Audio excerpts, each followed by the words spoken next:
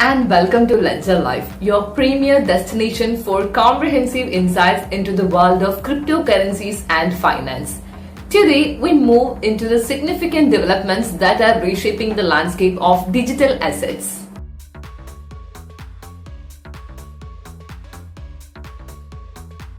First up, let's talk about Bitcoin ETFs and the myths surrounding their appeal to traditional investors. Jim Bianco of Macro Investment Research raises concerns about Bitcoin ETFs, noting their shift towards speculative rather than stable investments. Recent data reveals a significant gap in holdings between traditional investment advisors and those in new spot Bitcoin ETFs, indicating a lack of institutional confidence. Retail investors and hedge funds dominate the Bitcoin ETF space, raising stability concerns due to their speculative nature. Contrary to expectations, older investors aren't flocking to Bitcoin ETFs, primarily attracting retail investors often labeled as degens or degenerate gamblers. A Citi study reinforces Bianco's observations, highlighting minimal involvement of investment advisors in Bitcoin ETFs due to perceived volatility. The low average trade size further indicates their appeal to individual traders over institutions. Bitcoin ETFs also attract momentum chasers, evidenced by surges and drops in investment flows mirroring speculative trading patterns. This speculative behavior may undermine efforts to establish cryptocurrencies as credible alternatives to traditional finance, hindering mainstream adoption. Bianco's analysis urges a balanced approach to Bitcoin ETFs, emphasizing longer-term stability over short-term gains. As the investment landscape evolves, Bitcoin ETFs' role remains uncertain, caught between their potential and the current reality as high-risk speculative instruments. Right. The conventional wisdom is when you sell stock, you dilute the shareholders. But in our case, the more stock we issue or the more money we raise, the more we accrete. And so hundreds of thousands of companies have assets on their balance sheet which are dilutive. And Bitcoin is the first major asset which is accretive. So we turn the entire treasury strategy upside down by actually accreting assets. Today we have $15 billion of Bitcoin on the balance sheet. And the operating company generates $75 million a year in cash flow. And the operating revenues are $500 million. So we made the balance sheet the primary part of the company instead of the P&L. Everybody else wants the balance sheet to go to zero or negative, and they want the P&L to be the primary part of the company.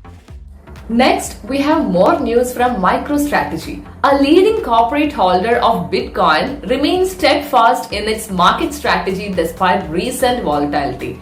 In a strategic move outlined with its Q1 2024 financial results, the firm acquired an additional 122 Bitcoin worth $7.8 million, signaling its continued commitment to digital asset investment.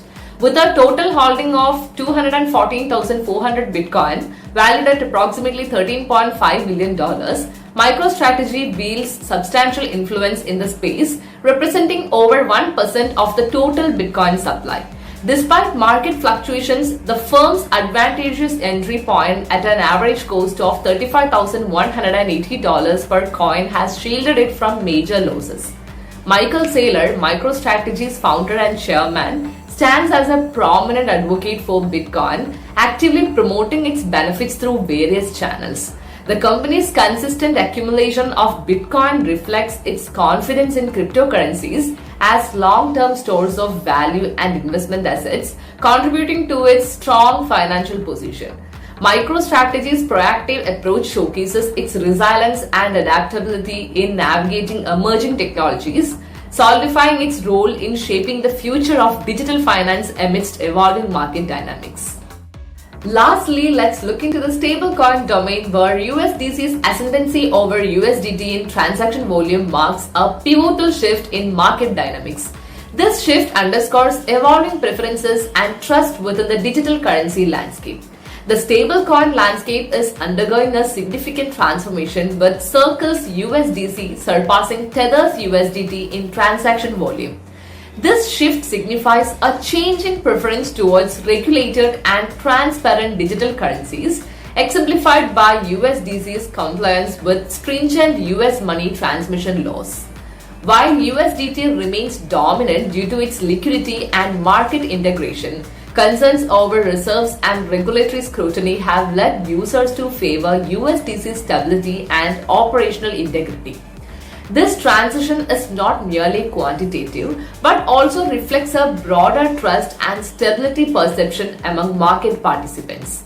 Financial analysts anticipate implications such as improved liquidity conditions and regulatory preferences for compliant stablecoins like USDC. The rivalry between USDC and USDT fosters innovation, benefiting end users with enhanced services and wider stablecoin acceptance. Moreover, the acceptance of stablecoins signifies a paradigm shift in digital finance, influencing remittances, online trading, and currency hedging. This trend prompts discussions among policymakers about managing the growing stablecoin sector through robust regulatory frameworks. USDC's rise marks a milestone, reflecting a shift towards transparency, compliance, and financial stability in the cryptocurrency realm. As stablecoins continue to evolve, they are poised to play a pivotal role in reshaping the future of finance by blending traditional mechanisms with digital innovations. Concluding today's episode of LedgerLife, I encourage you to engage with our content by liking, sharing, and subscribing for ongoing analysis on cryptocurrencies, finance, and related subjects. Until our next video, may your pursuits in the world of digital assets be fruitful and enlightened. Thank you for joining us. Peace out.